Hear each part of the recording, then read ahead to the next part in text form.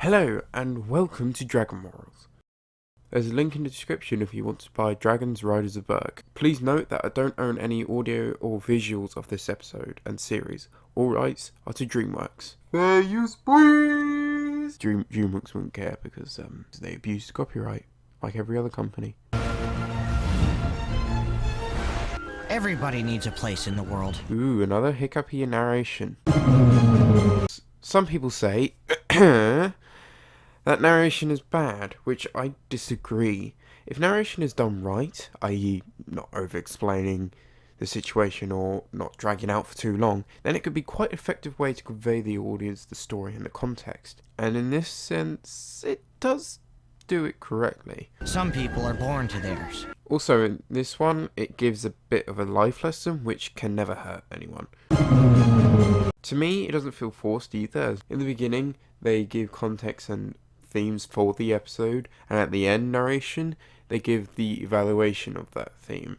Some people discover theirs. I'm not sure how I feel about using footage from the film. I get it looks better and it saves them budget, but on the other hand, it looks really misplaced. I'll give it a positive and negative. A weapon! No time to be choosy! Choosy. What is that fire? It looks so pathetic. I know again that is due to budget or time, but this dragon tech looks really tame. Only with a few dragons and a few fires. I like the sweeping first-person flying shot. Give it its special place in the world. These teams hardly seem fair. The two smartest Dragon Riders on one side and the three dumbest on the other. I like the cartoon physics. It's more comedic. It's a monstrous nightmare! Foreshadowing. There's room in here for two. What? These dragon-killing weapons have no more use. They still have a use. If they get invaded by other Vikings, or protection. They even give that reason later on. Protect yourself from home invaders. Come back! You haven't seen everything yet. I haven't cleared out my dungeon yet. Ooh, his sixth dungeon. Oh wait. Then down to the fields where some kids were tipping over yaks. I like this scene. Very relatable in a way, and a nice father and son interaction. I think I could use a better word there, but I'm dumb.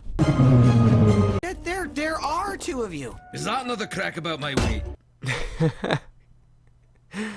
Oh, I love that. +2. Really? You?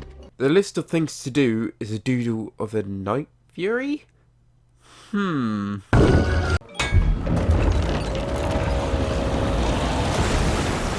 lightest tap can send a ship flying into the water. Yes, it's cartoon physics, but he was hitting it harder with the iron hammer than he did this. So, continuity? I tried to fit a square peg in a round hole and it sunk a ship and named a baby girl Magnus. I just like that line. Lifetime, studying them. Again, the body animation looks really good. Back! Oh. School's in session! Also, this has continuity, oddly. He did threaten to kill the Dragon Riders back when they first trained them. It took forever to chase them down after Gobber scared them away. Unnecessary exposition after an ad break. Children don't have 4-second memory. Need to adjust the Hiccup, but I just the up. Another well-paced, great dialogue scene, I guess. I'm good with words. My axe and I've got my mace. Well, there's gonna be a noise complaint in the morning. She's actually very happy. Actually, very happy. I think we did a good thing. Hiccup has telepathy. Nobody knows what it's like to live in here. Flamethrower. As funny as the scene is, it seems a little silly. I'm fine with the fact that Gobber wanted to add extra utility to the dragon saddles, but to mess it up so the equipment hinders the dragons is a bit stupid. Surely while designing the saddles, he would think about the dragons. For example, catapults that fire straight into the back of Arthur Belcher's head. My saddle is heavier than fish legs. My mom says I'm just husky. So does mine. Coincidence. It's getting crowded up here. I know he is. That's why I can't say anything to him. No, son. That's why you have to. Nice scene with good advice in it. What about him? Leave him. He's going for a record. I would never shoot you, Hiccup. Unless I absolutely had to. What? I don't need your pity. I've lost an arm and a leg. I think I'll survive losing a job. I'm really sorry, Gobber. No. We've got to bring this dragon under control. Ah! That's nice detail. Doodle has got the fish. Dragon fight! Dragon fight! What? Stand back. I came here to do what I do best. Killing seems a bit extreme. They didn't even try to figure out what's wrong with him properly. Calm him down. Oh, that didn't work. Kill him. Yeah, they could catch him and then figure it out. Or use a different method. I don't know. He's a good dragon. He's a good dragon. There's probably just something wrong with him. There's definitely something wrong with him. What's this? I feel sympathy for Snotnout? Yeah. Gobber. Hiccup's face. No. In fact, he's one of the best.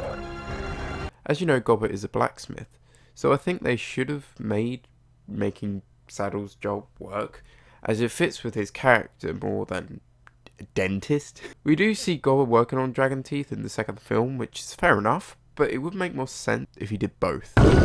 Even then, I'm fairly sure we don't see this dentist thing later on in the show. I could be wrong. Don't at me. We'll just have to wait. When the world around you changes, the good men find a way to change with it. Also, finish off with another hiccupy outro. The nostalgia man. This is a good follow-up episode for the first one. Still kind of getting used to the characters, I guess.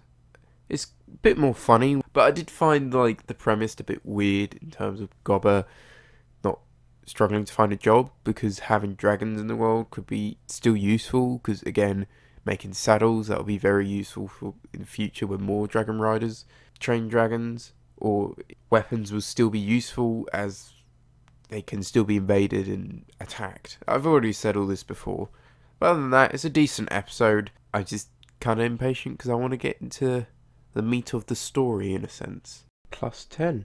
I guess I was a bit more generous in this episode, or that the fact that it was a lot more funny because of Gobber. Thank you for all these people for making such a great episode and series, and thank you all for watching at home. Subscribe if you want more dragon morals, and I'll see you in the next episode. TTFN, a ta-ta for now.